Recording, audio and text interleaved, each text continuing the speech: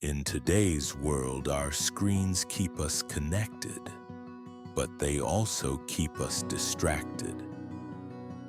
A digital detox isn't about abandoning technology, it's about creating space to reconnect with ourselves. Start your day without your phone. Breathe, stretch, journal. Let the first moments of your morning belong to you, not the digital world. Throughout the day, try simple pauses. 5 minutes of silence, a walk without headphones, or simply watching the sky. These moments remind us that life is happening right now.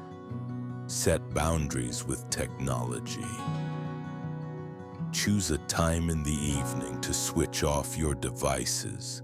Light a candle, read a book, share a real conversation. A digital detox isn't about less, it's about more presence, more peace, more life beyond the screen.